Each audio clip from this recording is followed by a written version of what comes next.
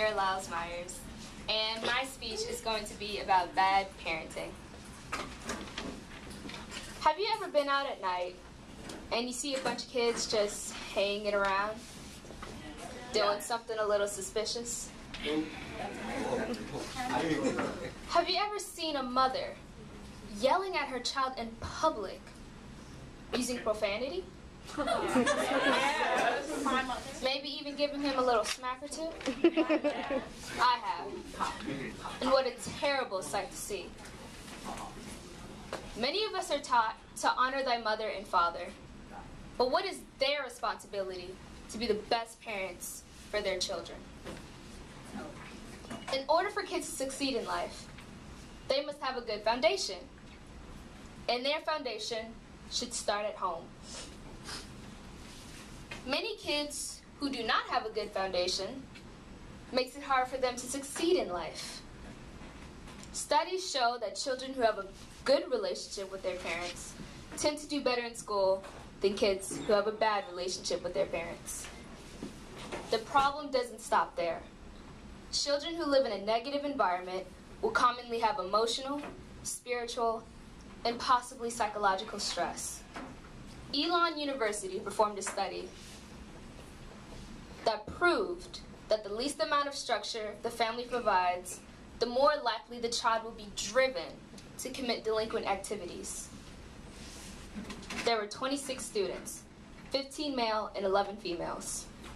9 of the students lived with both biological parents. 14 of the students experienced violence in the household. A half of the students drank alcohol and used other illegal drugs. And lastly, a half of the students spend less than 24 hours a week with their parents and their family. Now, some people may say that it's not the parents' fault.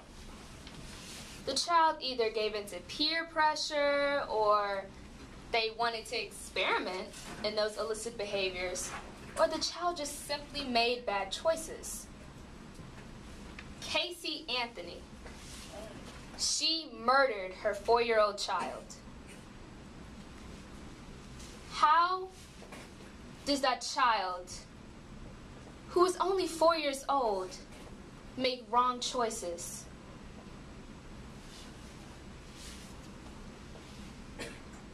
Well, to that I will agree that life is all about choices. However, it takes a good foundation to make the right choices, and that foundation should start at home. As you know, when a child is born, they enter the world as an empty vessel. During the first few years of their life, their behaviors, values, and identity are influenced by their parents. Those formative years serve as the most important years of their lives. In closing, I would like to offer some solutions to stop bad parenting. The first solution I have is to stop the cycle of neglect and abuse by discussing to high school students effective parenting skills before they become parents themselves. By teaching them good parenting skills and the value of raising children in a positive home environment, we can create a future generation of better children.